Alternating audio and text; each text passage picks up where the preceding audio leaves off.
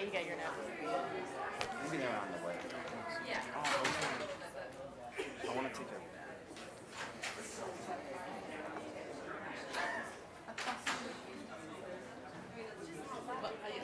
That's not a cheetah. No, it's definitely not a cheetah. All right, Alex, you all set? I just set it aside a little bit. Here it It's all right. is. I'll envelope. There you go. Those are the That's the critical crumpled notes. paper you were looking The for. crumpled ones at the bottom of the bag. Good afternoon, everyone. I think we'll go ahead and get started, and I'm sure more people will come and join us after the coffee break. It's on, I think. I assume everyone can hear me. Everyone I work with tells me that I talk loudly, so. But that will feed into the camera. Oh, there we go. I'm Siri Oswald. I'm the Director of Research Partnerships at CRDF Global, and I'm really happy to see you all here today. For those of you who attended the previous session on Iran and Egypt that DAAD did, I feel like we are part of the double header that's happening. And I'm actually really looking forward to continuing the conversation about Iran, because I think there are going to be some topics that come up that are very similar to what we heard in the previous session, but I think there'll be some differing opinions as well, and so I hope for a lively discussion on that point. CRDF Global helps scientists and innovators help make the world a better place. We work with partner organizations that are local and international, and we work to achieve results that transcend cultural, political, and economic boundaries. Because we believe that the challenges that are facing the world today, whether it's the Zika virus or climate change, require global solutions. As Kathy Campbell said at lunch, we work in over 40 countries around the world, and we have a long history of engaging countries that are either currently or formerly isolated, such as North Korea and Iraq. So it's no surprise that we're very interested in talking about Iran today.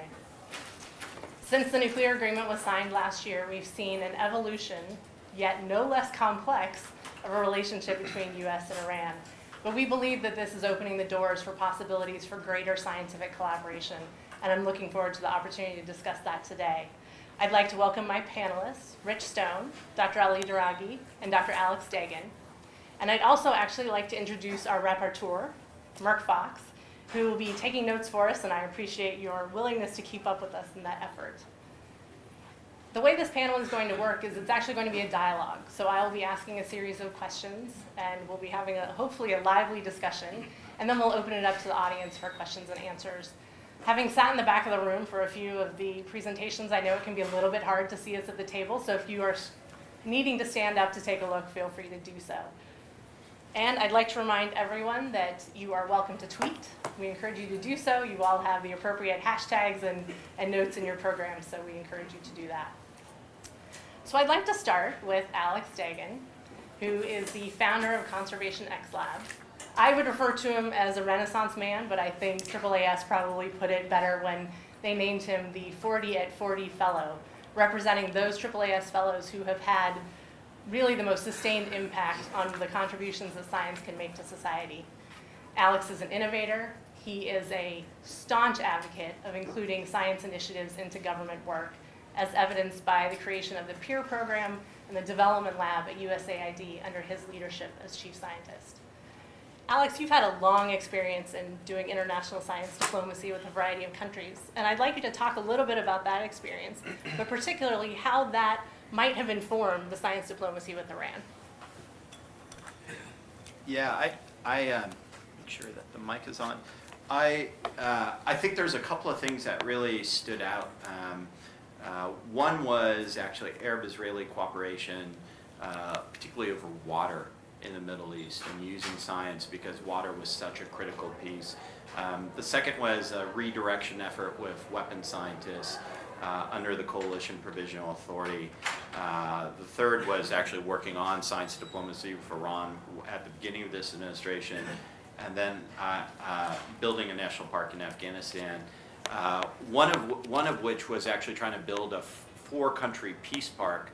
It was an effort that failed. It's an effort that's people have been trying for 30 years between Afghanistan, Pakistan, Tajikistan, and China, and then the PEER program itself.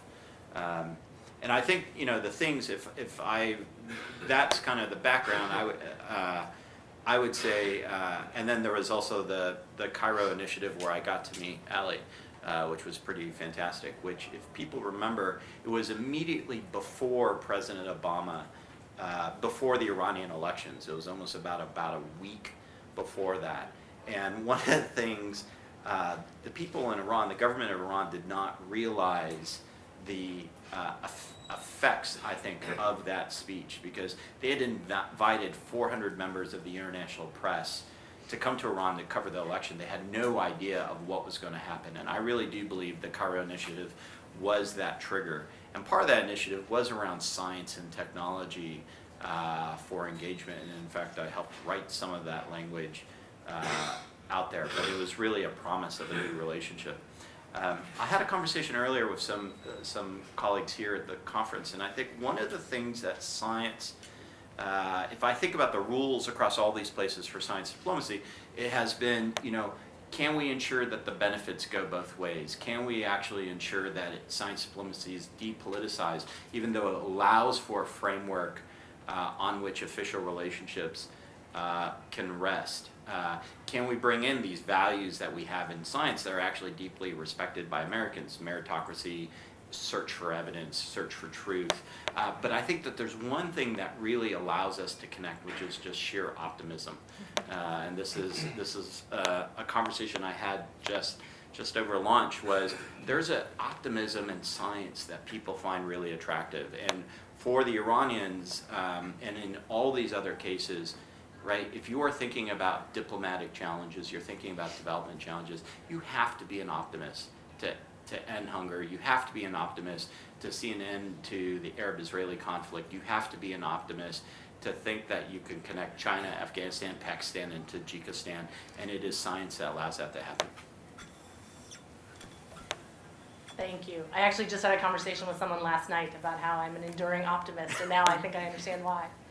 I'd now like to turn to Rich Stone, who I know many of you know is the international editor for Science Magazine at AAAS. And really, I think, has an enviable travel schedule. Rich was in Iran last year and did a series of articles for Science Magazine about the impact of sanctions on scientists in Iran. And if you haven't had a chance to look at it, it's the September 4th issue of Science. Rich reminded me that it is behind the paywall, so if you need a copy of it, he said to email him, and he will get you the articles. But they're fantastic articles, and I really recommend you check them out. Rich spent quite a bit of time talking about both the challenges and the triumphs that the Iranian scientific community had under the isolation in these past years. Rich, can you talk a little bit about your trip and some of your experience, but also in particular what the Iranians are thinking about the opportunities for increased collaboration? Thank you, Siri. I should say this was my second trip to Iran. I went for the first time in the summer of 2005. And it was a very interesting period. That was during the presidential elections that ushered in a prolonged period of what for many Iranian scientists was a dark age. So in 2005 in the summer there was a lot of optimism. There was a lot of hope about starting an Iranian national observatory, hope to build a synchrotron, etc. They had a lot of major infrastructure projects that were in planning or just starting construction on. Then, after the elections, there was quite a chill. It was both internal, there was a lot of distrust of academics inside Iran. You might know that under the previous president, there was an effort to bring the universities in line with government thinking. So academic freedom suffered quite a bit. There was a lot of external pressure, of course, after the revelations of the nuclear program and the sanctions. The sanctions were not uniform. They were ratcheted up year after year. They got harder and harder. One of the things that struck me on my recent trip, and I should say I'd been trying to get back in for a couple years, after President Rouhani in the fall of 2013 at a speech at Tehran University talked about restoring academic freedom at universities. I thought this is a message that is interesting for the international scientific community. I'd like to see what that means on the ground. It took a long time to get a visa. It got caught up in the whole negotiations of the nuclear pact, and I did get back in a couple weeks after the nuclear agreement was finalized last July. So I came back in again in a period of optimism. So I kind of missed the entire dark ages. And it was, for a lot of projects in Iran, it was was at the time had stopped for 10 years. So the Iranian National Observatory was in the same stage of planning it was when I visited for the first time in 2005. The synchrotron, they were forging ahead amazingly, making progress, smuggling in equipment when they could, and they had managed to cope pretty well with the sanctions, but not nearly on the same schedule as they'd hoped when I visited in 2005. I was struck by the ingenuity of a lot of Iranian scientists in the face of sanctions. In 2010, when the sanctions were at their fiercest, the Institute of Seismology could no longer import basic equipment to measure seismic stress at infrastructure, such as dams and bridges and so forth. So, and this is a pretty critical piece of equipment in a country that's basically crisscrossed by fault zones. They invented their own seismic accelerometers, and they did this on a very rapid pace. They spent a couple years on a crash program, and they now deploy Iranian-made equipment across the country. They're even starting to export it. That innovation was in the face of the heavy sanctions. So that was a very interesting thread. Other fields had sprinted ahead despite the political problems, and one that I'll just mention is stem cell research. Well, in the United States, in the early 2000s, the Bush administration prohibited research on new stem cell lines. The Iranian researchers actually petitioned their supreme leader to issue a fatwa on stem cells, and they didn't know what he would say. They wanted guidance as to what would be permitted, and the supreme leader issued a fatwa that was very permissive. Basically, any kind of stem cell research was legalized, except for human cloning. And thanks to that, and again, despite the difficulty in getting reagents and being able to compete internationally in a very hot field, the Iranians were able to catch up in stem cell research. They're now at the forefront, along with a lot of laboratories in Europe and the United States. So it's very interesting to see how, even with the isolation that the sanctions imposed, specific fields of science managed to flourish. Other fields were put into a kind of stasis that they're coming out of now. The synchrotron project is going full steam ahead, and the National Observatory, they have started construction on a mountaintop in the center of the country, and they're back on track with that. So those are the remarks I'd say from the trip. Great. Thanks, Rich. I had the opportunity to attend the AAAS annual conference in February and heard more about the stem cell research, and I'm hoping we can come back to that topic a little bit, because I think it's fascinating to me, but it also is going to present an opportunity perhaps for the U.S. to engage in a way that might be more limited here doing research in the States. Really excited to have Ali here all the way from California. I guess you get to experience a non-drought while you're here. Ali's experience and his expertise has really focused on enhancing the role of science in international diplomacy and development. He's been able to do this role in his role as Senior International Program Officer at the National Academies, but also in his previous role at the U.S. Embassy in Jakarta, when he helped create USAID's first country mission, or first country strategy for science in an overseas mission. Ali, now that the sanctions are lifting, as an Iranian American yourself, what do you see the role of the Iranian diaspora? What could it be? What should it be? What do you think the opportunities are? Thanks, Siri. Thanks for inviting me. And you mentioned a little bit about my background, and I have to make this comment. Alex, in his lunchtime session, talked about how Norm Newrider had taken him as a AAAS fellow and put him in the Middle East Bureau. Well, Alex did a very similar thing to me. When I joined USAID in 2010, he stuck me in in his office. I shouldn't say stuck, but he put me in his office, and the first thing he told me was, I need you to go to Cairo and work on the Obama Cairo speech follow-up. And that was in 2010, and I've been working in science diplomacy ever since. So you can see how this stuff gets passed on from one person to another. I'm in California. I should say back in California. It's where I grew up, but I have been out for a number of years, and now I'm back in the Bay Area. The Iranian diaspora in California is enormous. It numbers in the few hundreds of thousands. No one really knows for sure, but there are a lot of Iranian Americans in California. It's probably the largest concentration of Iranians outside of Iran. And it's a diaspora that has gone through different stages of emigrating to different parts of the world other than Iran. The one in California, I think it's very interesting to point out that in the 1970s, Iran and the United States had a very close relationship, and one of the results of that relationship was that the number of Iranian students in the United States in the 70s and up to 1980 surpassed that of any other country in the world. There were 56,000 Iranians studying in the United States. With the occurrence of the Iranian Revolution and things that happened after that, including U.S.-Iran relations and the war with Iraq, many of those individuals stayed in the United States.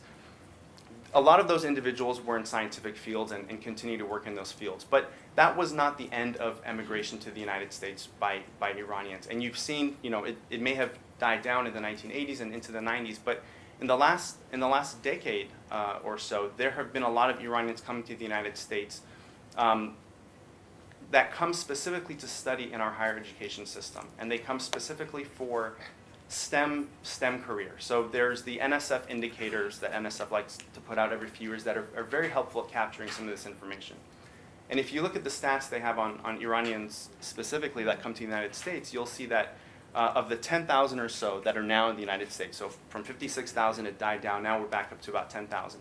About 80% of those are studying STEM fields, and 80% of that 80% are engineering students. That's a lot of engineers. And it's not only to the United States that they're coming and leaving Iran from, but they go to other countries as well. They go to Germany, they go to European countries, they go to Australia. And they are coming from the top universities in Iran. These are some of the brightest people you'll find anywhere. I think it's very telling that the former head of Stanford's electrical engineering department said that Sharif University of Technology in Iran, which produces a lot of these graduates, is the top institution in the world for preparing undergraduates for graduate study in electrical engineering. And now in Silicon Valley, where I am, you run into these folks all the time. They're either at Google because Google bought their company, or they've left Google to start their own company, or they're in biotech. They've started a company that's just been bought out by Roche. I mean, they are doing incredible things, not just in California, but everywhere. Rich mentioned the INO, the Iranian National Observatory.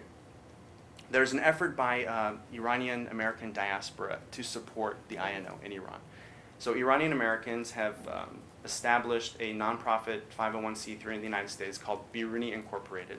And the goal of Biruni is to raise funds among the Iranian American community, but also other groups, philanthropic funds, and help the completion of the INO, which has faced some budget shortfalls.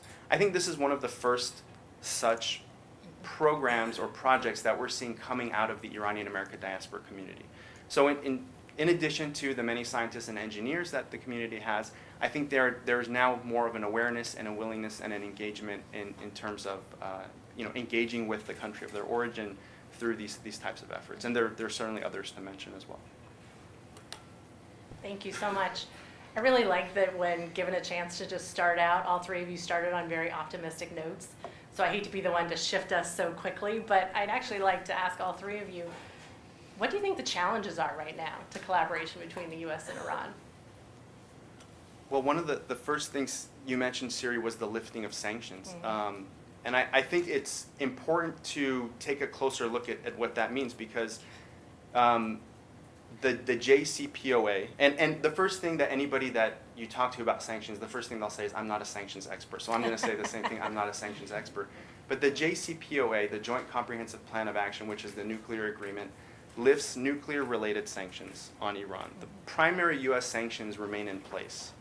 And if you read the JCPOA, there are certainly very, I think, positive elements of potential scientific cooperation outlined. But But my understanding is that primary U.S. sanctions still will prevent a lot of technology export, technical cooperation, financial transfers. And until those things are in place, I think that is a major barrier to cooperation between the United States and Iran specifically. I think when it comes to other countries, like European countries, it's a little bit less clear what their opportunities or lack of opportunities are because of U.S. sanctions. Yeah, I think, Ali, you just did a brilliant job speaking about that. And maybe to give one example, so there's an organization in New York City that was a spin-off of the Wildlife Conservation Society of the Bronx Zoo called Panthera. You might have known that one of our sort of legendary conservation figures who did the first studies of the gorillas, the first studies of the African lion, first studies of Argali sheep in the mountains, George Schaller, has been working in Iran and recently traveled to Iran. Panthera is working on this species called the Iranian cheetah. So it's a subspecies of cheetah. There are 70 to 50 left in the world.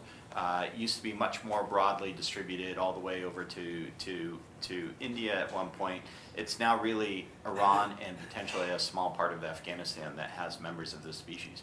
But because of the technical sanctions, they can't bring over the tools that are actually effective to allow them to, and the technology on these tools are really simplistic. It is camera traps, it is radio collars, it is tools like that would allow us to actually, perhaps remotely assess the presence of the cheetah from their DNA. They're tools and technologies that exist in Iran, but because Panthera is under a license and is a U.S. organization, can't engage them. So I definitely think that the effect of these sanctions, it still has a chilling effect. That there's still sort of a penumbra that's cast over U.S. organization, over Iran, that prohibits U.S. organizations from even seeking out licenses to do things that are permitted rather than even in the areas where they can. I hate to inject a note of optimism again, but I want to highlight the experience we had at the AAAS annual meeting in February. We had a panel discussion on cooperation with Iran. We had invited a couple Iranian scientists to serve on to give talks on the panel. One is Javad Rahigi, who's the director of the Iranian Light Source, their synchrotron project. He'd been invited to the United States in the past on several occasions. He couldn't get a visa. He was specifically on a list of prohibited individuals to visit the U.S. because of his past association with the nuclear program. Despite that, we worked closely with the State Department to get an OFAC license, so a Treasury Department license for Dr. Rahigi to come to the U.S. I thought it would never happen in time because we didn't realize he needed a license until just a month before the meeting. But State Department put its weight behind the request and we got the license in time. So we felt it was a significant step forward. I think the State Department is much more receptive to helping licenses. And it's true, almost any form of cooperation would require a Treasury Department license, but I don't think it is a showstopper for a lot of forms of cooperation. I think scientists have to be encouraged to try. And I think in this time, we should take advantage of the goodwill and test the system and see what kind of collaborations we can start under the current conditions. I'm really glad you brought up OFAC licenses. I think the semi-counterpoint to your optimistic point is OFAC licenses are still incredibly difficult to get, and especially if you are getting a license for research or getting a license for something frankly more technical than moving a person. I think it's still very challenging, and I think until that is addressed and sped up a little bit more, we are going to see some of these delays. But I couldn't agree with you more that people need to be encouraged to get these licenses. And one thing I know CRDF Global has found occasionally is that you have U.S. universities who misunderstand what some of the restrictions are and are overly conservative, and so they back off from opportunities that they could frankly either engage in freely or find a way around really easily. So I think we sometimes impose those limitations or challenges on ourselves. One quick follow-up on that. I mean, the sanctions are incredibly complex and difficult to interpret. For instance, the National Observatory had invited an American astronomer to serve on its advisory committee. He declined because he cited the fact that sanctions prohibited even serving in an advisory capacity on a committee. And I was curious. I looked at the sanctions wording. I couldn't find anything that specifically prohibited that. But they're so complex, so daunting that people sometimes do throw up their hands and say, well, I could get in trouble. I don't want to take a chance. There's actually, there's quite a good report out there by IIE. I think it's called Reinventing Ties, and it is a follow-up to the delegation that they sent to Iran last year. And they have an annex at the end where they try to outline all of the different permissible and non-permissible cases specific to academic exchanges under sanctions. And I think that's one of the most useful documents I've seen for giving an idea. But Rich is absolutely right. The ambiguity around what is and is not allowed, it just makes U.S. institutions, I think in general, default to we're not even going to try because it's too challenging, or we may be in violation of something and not even be aware of it. Yeah. Well, speaking of challenging, we are in Washington, D.C., so we have to talk politics for a minute. Iran had their elections in February, and I'm interested in hearing all your thoughts on how you think those elections might impact science collaboration going forward. Those of us who were in the previous panel did hear that for every reformist change, there is a conservative counterpoint that's happening. But also, I'm hoping you can look into your crystal balls a little bit and project our own elections and see what impact you think that might have, now that we're narrowing down the candidacies, on U.S.-Iran science collaboration. Do we have to be optimistic? You don't have to be optimistic. Go first, Alex. Be as pessimistic as you want. Well, in Iran, Hassan Rouhani is in. He's the president. The presidency is an elected position in Iran. The parliament recently had elections. That's another elected body in Iran. Those are the only two electable bodies in Iran. There are other positions of power in the country that are not elected, but that play very significant roles and have a lot of influence. And there is a constant, I would say, struggle between these forces in the country when it comes to something like what is the overall posture towards interaction with Western countries. But I am very optimistic. Hassan Rouhani's government, in his cabinet, there are 6 individuals that have PhDs from U.S. universities. As far as I know, that's the most of any cabinet in the world where there are such a high number of U.S. trained people in decision-making seats. As for what's going to happen, I think at this time, generally speaking, I think the Rouhani government has a mandate for the nuclear agreement and everything that falls under that. And I think there's also a unwritten mandate from the public in terms of the enthusiasm for opening the country up. But beyond that, I think it is going to be a bit of a wait and see period regarding how these forces play out in Iran. If I can, I've always, when I was looking at Iran and I was studying Iran as part of the special advisor to the Gulf and Southwest Asia, which was a super long title that was intended not to actually have the word Iran in it, even though that's all that we did. Southwest Asia always means you Iran. would, yeah, right. But like, why not say it? But what was really interesting is I used to characterize it as government by cacophony, because and I saw 95% of the messaging and the statements of the president, and even things that we interpreted as outward facing, is actually really intended for that internal political debate.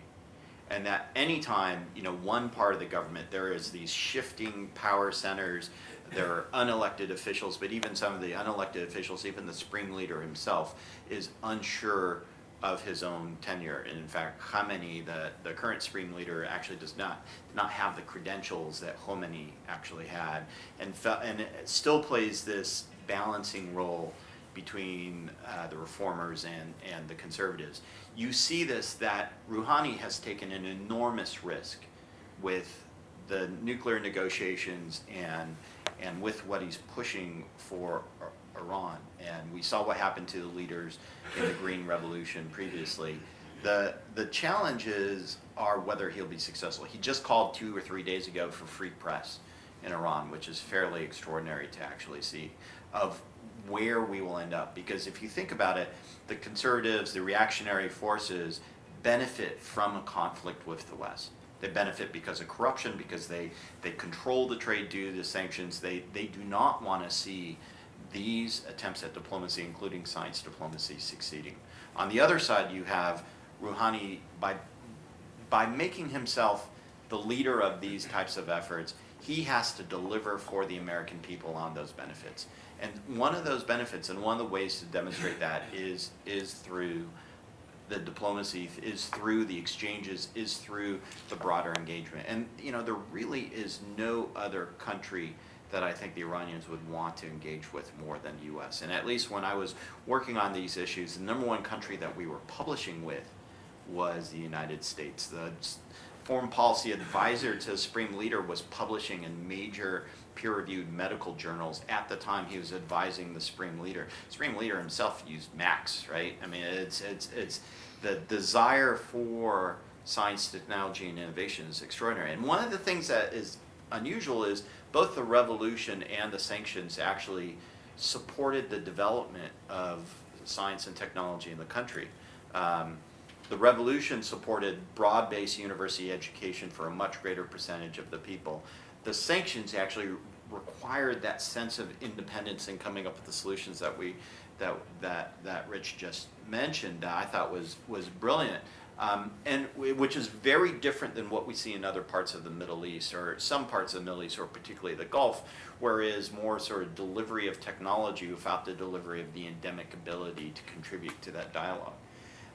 Just one set of facts I want to mention along that lines. Iran is currently ranked 4th globally in terms of the growth rate of scientific articles. It's 22nd if you look at the Scopus database, ahead of Austria, Denmark, and Israel, which is interesting, and its scientific output is 11 times faster than the global rates. So in terms of where that science is going, we're missing out in a way of engaging that community. And we're missing out economically, I think, with the sanctions. I mean, we see the Airbus deal, we see the oil deals that are going forward as well. Just like to pick up on that point that Alex made on scientific publishing. I was in Russia in February, and the president of the Academy was bemoaning the fact that Iran had just surpassed Russia in scientific output, despite the sanctions, which is just remarkable that they've come that far. And speaking about the political situation, I think that the Supreme Leader has cast it as him being quite generous in allowing Rouhani to pursue the nuclear pact. But this is not carte blanche to engage the U.S. in other areas. They are quite nervous about the U.S. and other world powers cheating on their side of the nuclear agreement. It's early in the implementation phase. I think Rouhani right now is going to be very careful in other forms of engagement until the implementation phase is more mature and they actually see the benefits flowing from the release of the frozen assets and so forth. So I think right now it's a very tricky time to start very overt science engagement, but I think there are plenty of opportunities for more under-the-radar engagement that I think we can talk about later. I was worried you were going to say covert engagement for a No. moment. Well, when we talk about international collaboration, it's not a bilateral engagement always. There are trilateral, regional, multinational opportunities. And talking about Iran's output and how much they're doing, what do you think the opportunities are regionally, and how do you think this dynamic might impact Iran's engagement and then potentially open up other opportunities for U.S. collaboration? Well, I mean, I think it's a really tough question. I think Ali actually, who's also got a huge amount of experience in the region, both in the Arab world. I mean, we can see this in the politics of oil right now with what the Saudis are doing on the price of oil, and intended both to hurt the United States in terms of what we were producing with the oil sands and depress that market, which they've done successfully, but also to hurt the Iranians. They see the Iranians as a major rival.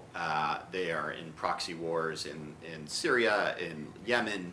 The United States is has its hands tied. There are other states that I think are much more supportive, particularly the Omanis, which actually opened up the doors for these negotiations to have it, and led by an amazing sultan that I think can be the segue. So, but right now it's a real power struggle between what the Iranians want, the Persian Gulf, their hegemony as a regional power to increase.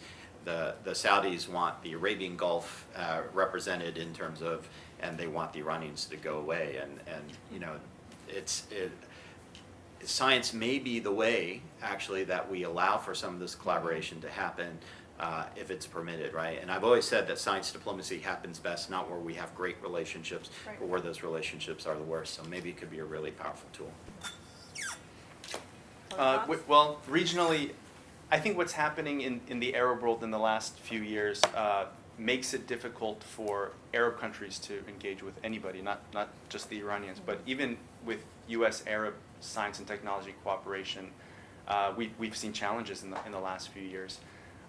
Looking in the other direction with Pakistan and Afghanistan, for instance, I'm sure there are border challenges that science and technology could help address between Iran and those two countries.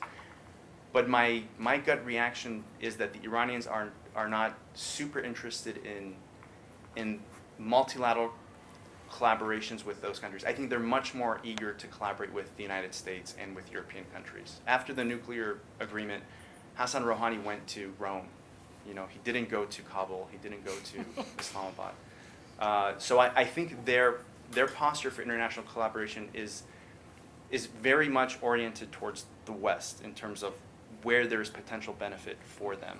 But that is not to diminish the importance of multilateral cross-border challenges in the region, which are many, that science and technology can help address. From water, all sorts of environmental issues, public health issues. If there was more eagerness and willingness to engage in multilateral collaborations, I think countries like Iran and Saudi Arabia coming together could really lead a number of these other regional countries with them. Just that very briefly, I would love to see a trilateral collaboration between Iran, Turkmenistan, and the United States. Turkmenistan, the North Korea of Central Asia, huge challenge diplomatically. If someone could pull that off. And it's not impossible. I think there is certainly scope now for Iran to engage less strategically threatening neighbors.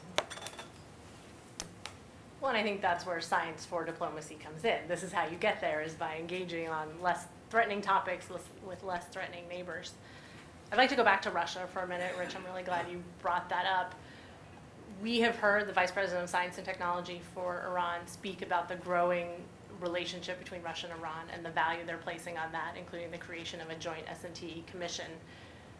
Just as a side note, in comparison to the numbers that Ali gave of students studying in the US, Russia has about 400 Iranian students. But clearly this is a growing relationship, and I'm curious what you all think about the impact of that relationship on our relations with Iran.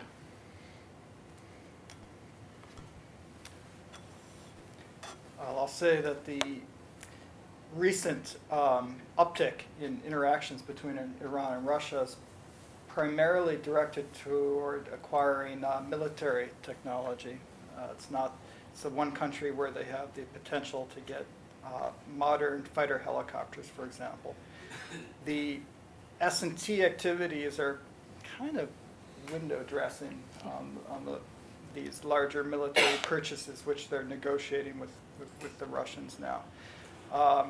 I should say, though, that Russia has been a very reliable partner in the JCPOA. They are taking the lead on the conversion of the Fordo enrichment facility to a international science and technology center, converting the centrifuges there to producing stable isotopes. So in the context of the JCPOA, I think there's a lot of potential cooperation, but I would in fact be, from the American perspective, quite nervous about the recent warming ties between Iran and Russia. Any other? I actually couldn't comment on that much other than having read that Russia is very willing to help Iran, as Rich mentioned, convert the Fordo facility, but also build additional nuclear power facilities in Iran. If I was the U.S., I'd be more concerned. But for the Iranians, I don't think Russia is a main partner in science cooperation. Well, I thought right now we would open it up to the audience to see if you all have any questions for our panelists. Yes. So Wendy King, CRDF Global, where does China fit into the relationship with Iran? That's a great question. In terms of the JCPOA, Well, that's what I can address. Okay. China and the United States and Iran are actually working together. This is a trilateral project to convert the Iraq heavy water reactor to one that produces almost no plutonium. They're converting the configuration of the reactor and changing the fuel type. So this is part of the nuclear pact, and China's been a very important player in that. More broadly, I'm not aware of China being a power in S&T ties with Iran. They're certainly interested in buying oil from Iran. And setting up automotive manufacturing centers in Iran. I know the Chinese and the South Koreans also are very interested in that. The P5+1 countries, the two kind of outliers in there are, I think, China and Russia. And for the United States, perhaps it's a great way to increase cooperation with those countries at the same time that they're increasing cooperation with Iran. But similar to Russia, I just have not come across a lot of Iran-Chinese S&T cooperation projects. I think China is busy in Africa and in Pakistan. in Pakistan especially. Yeah. Actually, I would just say that the outlier among the P5+1 is probably France. They've been the most skeptical of the agreement. Thank you.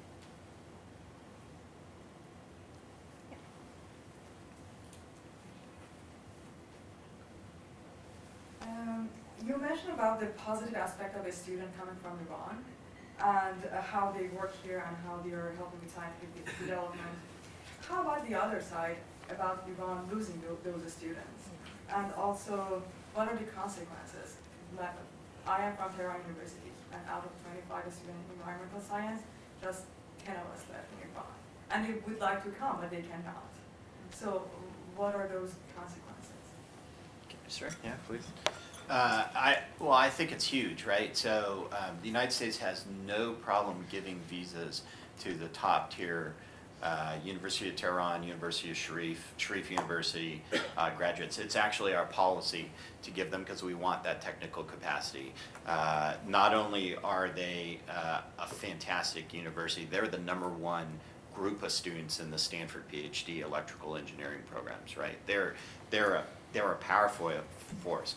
I think so. There's a loss to the Iranians. I think in terms of that capacity, but in a way, in a long term, it could actually lead because of the larger diaspora to gains. And I think the one thing we haven't talked about is entrepreneurship and the private sector and the power of the Iranian American diaspora in this country, right? So if you think about Anush Ansari, who was the first private woman in space, the co-founder of Dropbox, senior vice president at Google, the CEO of Expedia, the CEO of YouTube, the founder of eBay. all Iranian American. Some of the top scientists, the president of Carnegie Mellon, some of the top leaders in terms of synthetic biology and in medicine around the world. The NASA director of the Mars project are Iranian Americans, the inventor of LASIK. And then, more importantly, the creation of our video games, World of Warcraft, Final Fantasy, the creation of the food you would eat during the video games. The guy who came up with Hot Pockets, right? No. Like is an Iranian American. And then your dating life, the CEO of Tinder is an Iranian American. So it's sort of a joke in terms of thinking about these things, but first be grateful to them and grateful to the Iranians. But there is a community, there's a number of these, iBridges is one, that is seeking to bring together tech startups and tech entrepreneurs between these two countries to actually work together.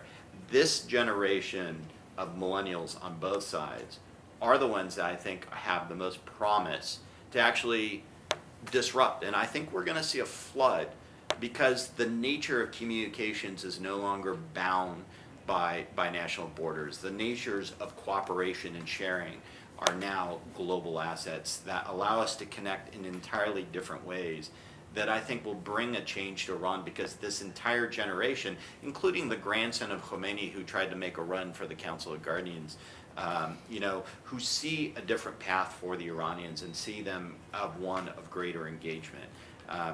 That's where I think it is going to be entrepreneurship where you make both sides rich, and there's an unbelievable tech community in Iran that's growing now that I say gives us the most hope. And it has a high-level support. The Vice President for Science and Technology in Iran, Serena Satari, loves Silicon Valley. There was a chance to talk with him last September at the UN meeting. There were a few of us in the room who were with him, and he just, raved about Silicon Valley and the potential for Iran to model its own tech sphere after what we and Iranian Americans have built there. So you are part of the brain drain, right? Because you left Iran. It's a country of 80 million people. 2/3 of the population is under 35. And I read a World Bank figure that said that 150,000 Iranians a year are leaving the country. And for the past 25 years, Iran has had one of the highest rates of brain drain in the world. I think that is a challenge for Iran to address more than it is for U.S.-Iran relations necessarily, because I think it's very possible to attract those people back to Iran. I mean, Iranian Americans are still very connected to the country of Iran, even those that maybe left 30, 40 years ago. I'm thinking of my own parents, for instance. And I think under the right conditions, many of them would want to re-engage and perhaps return to Iran. Look at China and India, countries where for so many years people would come from those countries to the United States for graduate study, and they would stay in high numbers, which is the case for Iranians today. 8 out of 10 or 9 out of 10 Iranians that come for graduate study stay in the United States.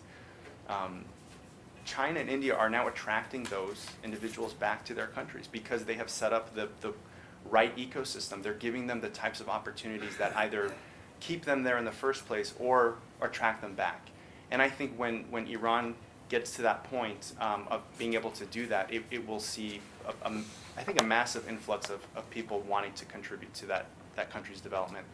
But I think Iran has a mixed relationship with these individuals who live outside the country's borders because they want them to contribute, and they've said so, they want them to contribute in scientific and technological and perhaps other fields, but they don't want them to contribute to political discourse, for instance. So there's this challenge there that is completely unresolved, I would say, as of yet. That's true in China, too. Mm-hmm. Yes. Mm-hmm. But we have heard the Iranian government talk about incentivizing and creating structures to bring people back. Although it was interesting at this meeting last fall, what we heard discussed was a more temporary option. So come back and be an adjunct at a university for a period of time and then leave. So it sounded almost like a progressive step to full return. Do we have other questions from the audience?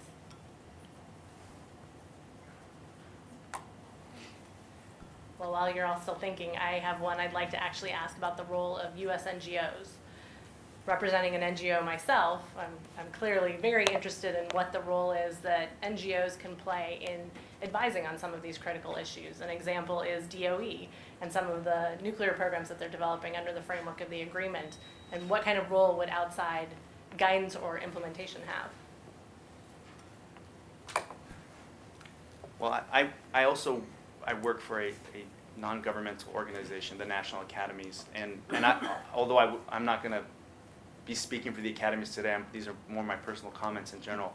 The Academies has been very active in engaging Iranian scientists since the year 2000 and for over a decade.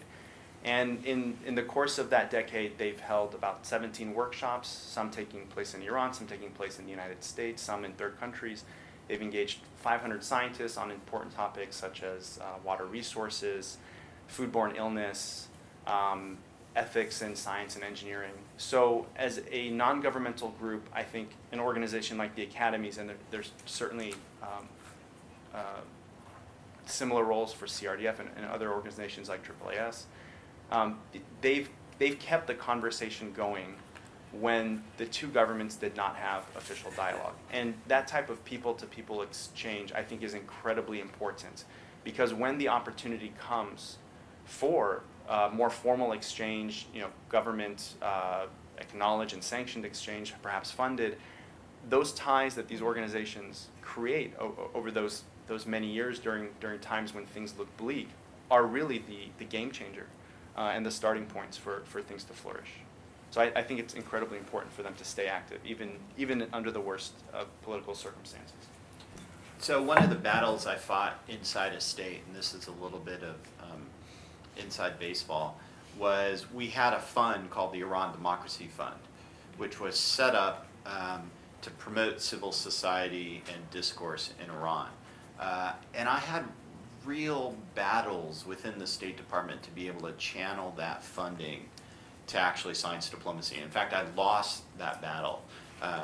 We had other routes where we supported national academies and others. And one of the effects of the Iran Democracy Fund was it then politicized all the NGOs.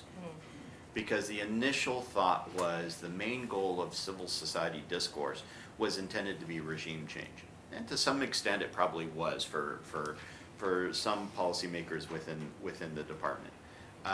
That has a difficult effect on even scientific NGOs, including the national academies, including AAAS, including organizations that work there. And one of the things that cannot happen in effective science diplomacy is the politicalization of the process. So Wildlife Conservation Society has been working in Iran for, I believe, since 2006 or 7, perhaps even earlier. And they work until I've outed them now under the radar for the most part. Don't tweet that. Right, so please don't tweet it, because, and they work, they don't publicize what they do. It's very interesting that George Schaller and Panthera did publicize their work on the cheetahs, and I would say Panthera has been much less present than WCS has on the ground in supporting conservation efforts around the cheetah. And I think that has allowed them to succeed because they're focused on one thing, which is the conservation outcomes of the problems that they face. Iran has huge sets of problems and huge sets of opportunities. The earthquakes are very serious. Energy is one.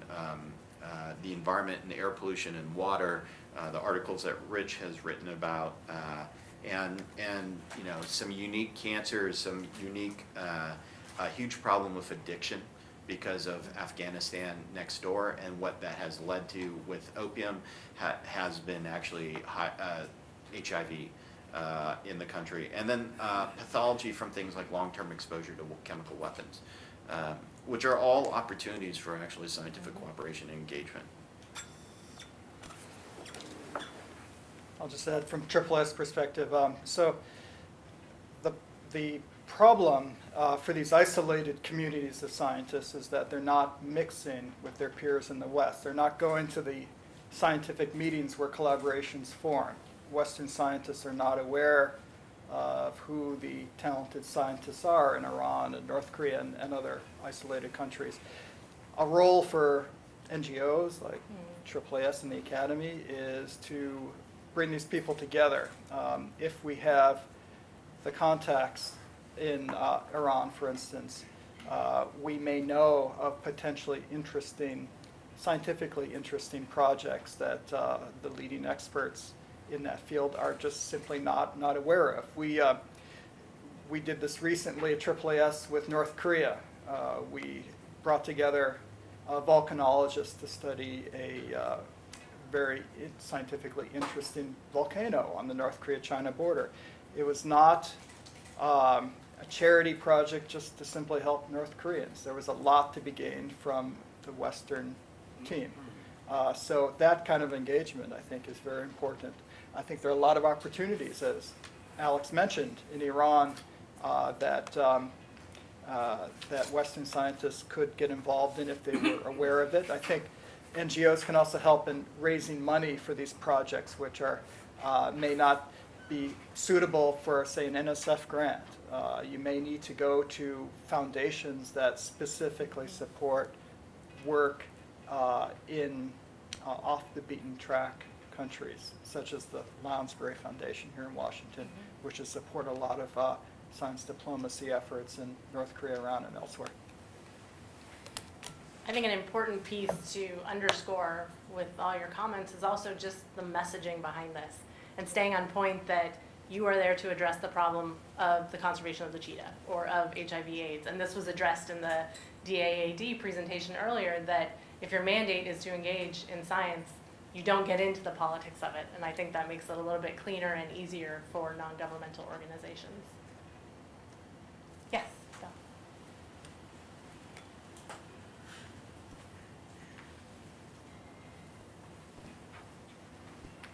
Curiously, each of you might say that the U.S. government could do more to help the NGOs right now with Iran.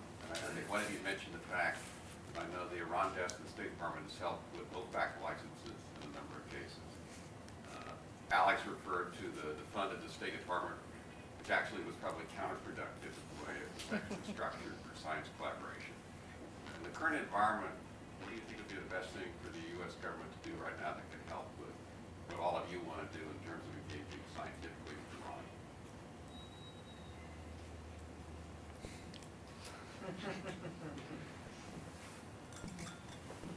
Thanks, Dr. Cole-Glazer, for the question.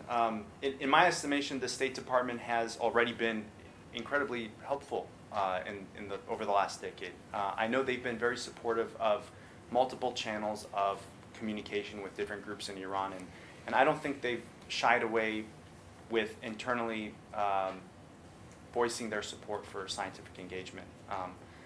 But I think in both countries, if the governments took a step towards clarifying what types of activities were permissible or encouraged to take place, I think that would help the communities of NGOs and universities become more engaged in those types of activities. I think it would encourage them to do so. So that's one role. And then, recently I keep coming back to what's laid out in the Joint Comprehensive Plan of Action, which is a number of areas that I think are of interest to the governments. I mean, so for instance, nuclear cooperation is one of them, but they've also slipped in some other interesting areas. Aviation and exchanges around aviation technology, which is of high interest to Iran. Transportation, nuclear medicine, which is my own field and one that I think has a tremendous potential for cooperation.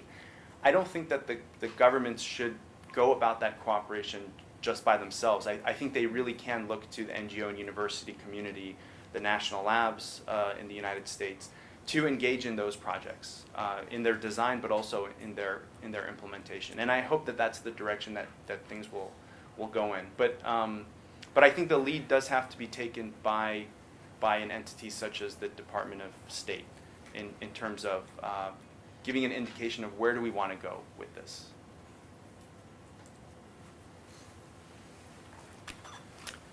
Yeah, I would love to see what Ali is looking for, like a briefing by State and Treasury laying out exactly what's permissible under the current sanctions regime from the U.S. side. It'd be great to get a similar, very prescriptive direction from Iran too. I would say just on the nuclear deal, it's a tremendous opportunity to be able to cooperate with Iran in these areas specified in the agreement. And if, for instance, U.S. scientists and Europeans and Iranians can work together at Fordo, what a great example that would be. I mean, I think on both sides you think, well, anything's possible after that, and projects might seem easy by comparison. So I think it's important for DOE. DOE is taking the lead on sketching out what kind of collaborations are possible. They should really seize the day and move as confidently as they can to getting some of these collaborations going. The high-hanging fruit, as it were. So I think we're going to have a problem for the next 9 months, just because I don't think there's going to be a dialogue that'll be productive in this country on this topic. And so it'll be really tough to do things. I mean, I think the obvious things are where the government can help is by giving those signals, those guidelines, by setting up a fund for cooperation or supporting the development of more funding that goes along that lines by granting larger blanket licenses. But probably the most important thing that I think we could do is what we did during the nuclear negotiations, which was to have a scientist, an exceptional scientist, on the front lines of those negotiations. And so going back to my role as a historian on this panel, we were told we couldn't support, right? Iranian aircraft is the Boeings they bought in 1979 that they've been trying to keep going. And their number one request to us constantly was on, via intermediaries, was about the spare parts. Because they were flying coffins, they were incredibly unsafe, right?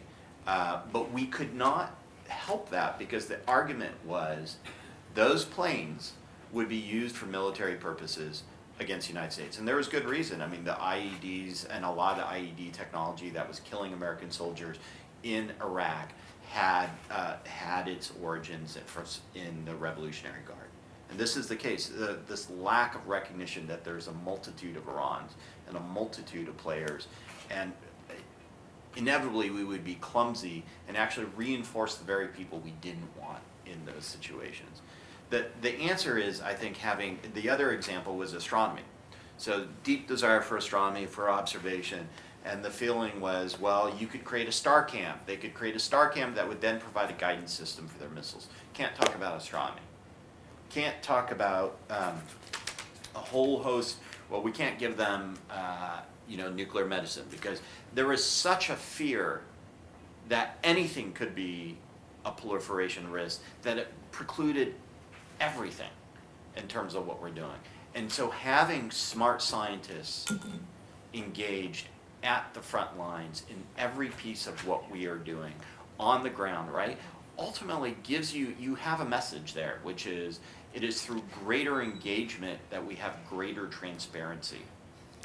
And you have to say, we are doing this for non-proliferation reasons, but that very engagement actually unlocks the types of things that we actually need to have happen. That's going to be my line from now on. Greater engagement leads to greater transparency. And I would just add from CRDF Global's perspective that I'd like to see a little more transparency and communication around the licensing process. I think the State Department has been incredibly committed and effective, but they're not the only agency involved they're one cog in the wheel, and the other cogs need to get on board and move a little faster as well. So that's where I personally would like to see a little assistance from the government. Any other questions? Yes. Well, Here we go. thank you. With the changes in Iran, do you think it will give any impact to North Korea? That's a great question. I was staying in Pyongyang many months, and I heard on their TV they are talking frequently about Gaddafi. So after Libya, gave up their nuclear thing, what happened to Gaddafi? Now Iran is a different case, right? I'm wondering whether this is a good example to North Korea or not. Any comment, Rich?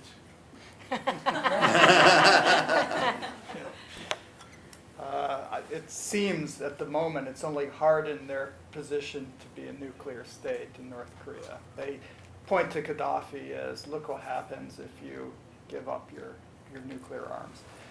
I think the Iran deal would have been a great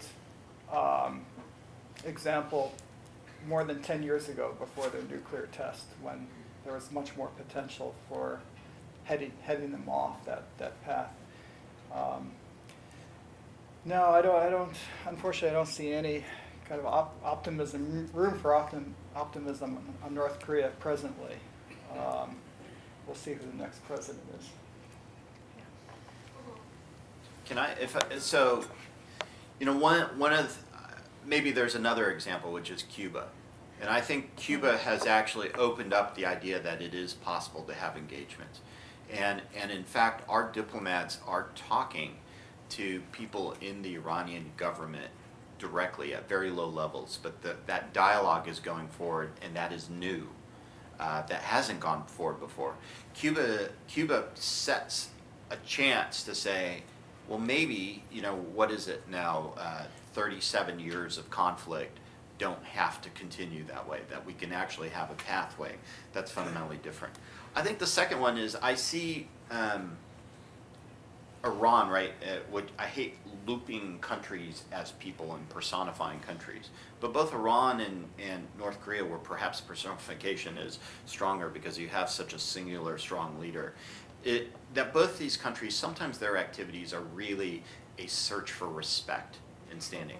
So the Iranians worldwide have a much lower popular opinion than the United States does, which really doesn't have that great of a popular opinion.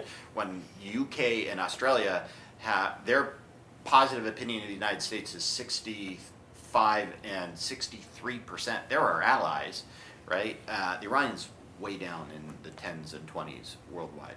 They're looking for respect. Respect seems to be the element that's the freest for us to give in our foreign policy, but we tend to be most stingy with doing so.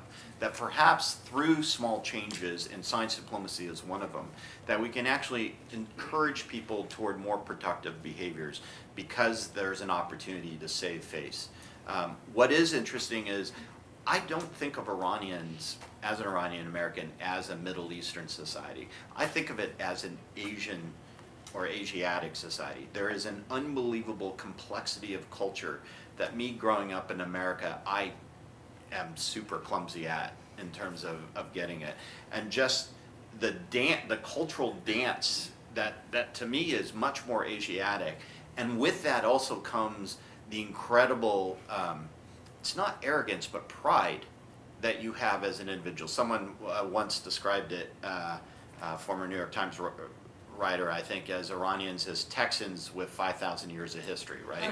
Right? That is the pride that they bring to it. So if that's the case, how do you actually give people an exit? And that exit, right, where they can save face, they feel respect, and then are given a chance to say, here's a pathway to more productive behavior.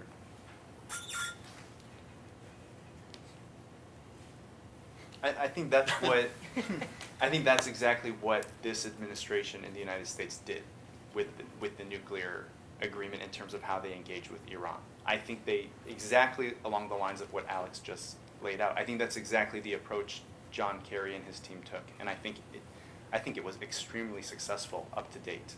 And I think we will learn a lot from ourselves by moving forward with Iran and other countries in similar types of engagements. And my fear is that we also go through cycles where we take those kind of approaches and then we forget that we have that capability, and then we approach it through other means, such as democracy funds and other things. But I'm very optimistic by the approach we took on engaging Iran in this last couple of years.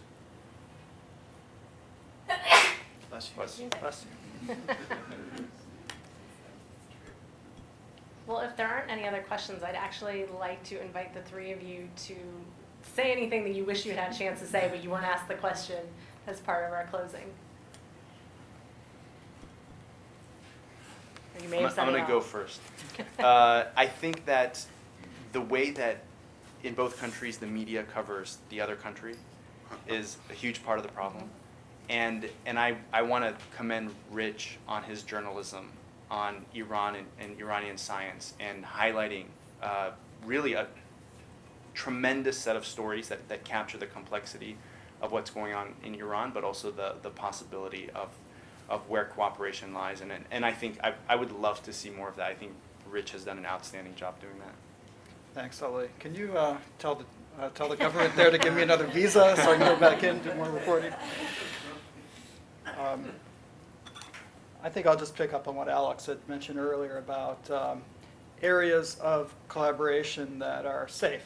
And I'd like to highlight the incredible delicacy of the Iranian environment.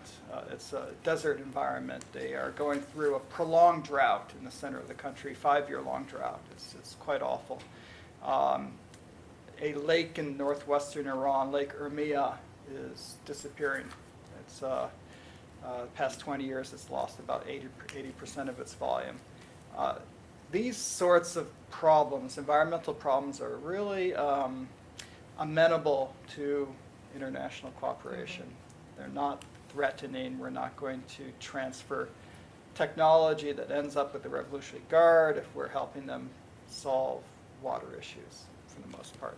It's an easy sell to the U.S. government, to the Iranian government, and to funders. So I would really encourage environmental scientists in particular in getting over there and helping Iran take on some of these challenges, because if they succeed, it's going to sow a lot of goodwill with the Iranian people if we can get the Lake Urmia catastrophe under control, if we can provide more water for the desert communities.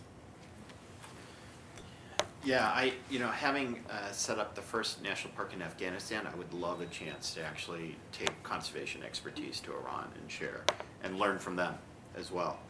It's a spectacular place, and the images that we see in the media, as Ali points out, and how the media covers the country is in no way reflective of actually the incredible beauty or diversity of habitats and lands that are within Iran. Same thing was true in Afghanistan. You'd never imagine Afghanistan had the Himalayas and deciduous forests and just places that look like the Grand Canyon and travertine lakes or that fact at one point in its life it had more cat species than all of Africa.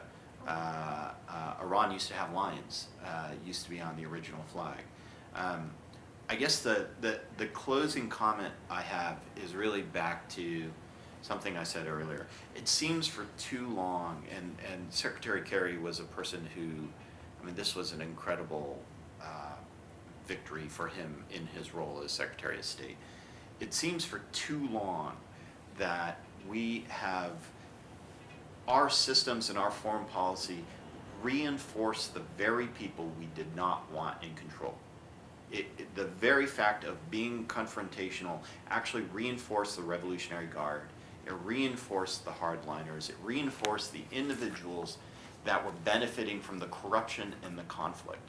And we tend in this country to take a singular view of Iran as a state, the personification and simplification of what is a very, very complex foreign policy there.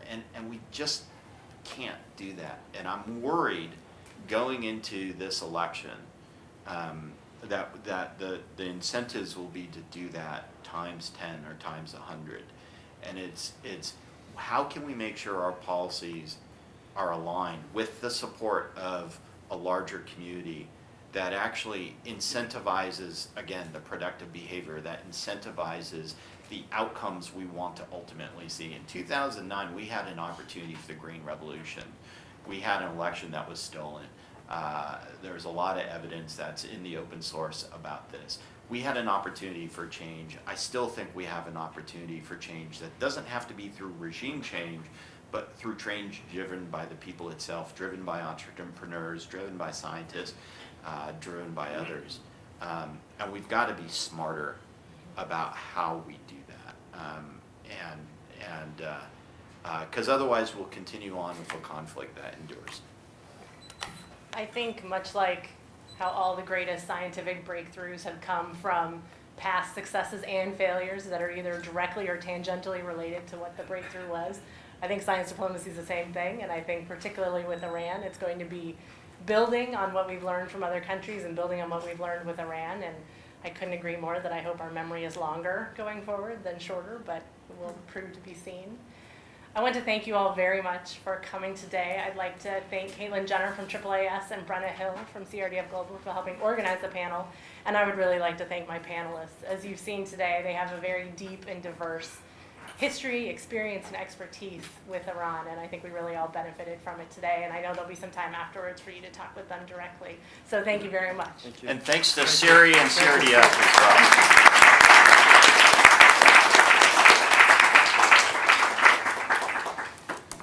How much do I owe you for that plug? Now if someone tweeted it, then it's in writing. So we'll come to an agreement. JCPOA of our own. But totally. That was Thank great. you very much. Thank you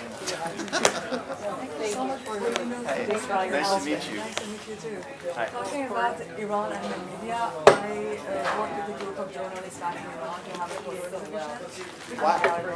Really? Yeah, and I brought part of the exhibition here. Is it downstairs? Yes. I have to go. Oh, that's great. I can't wait to see My it. pleasure. Thanks for helping us out.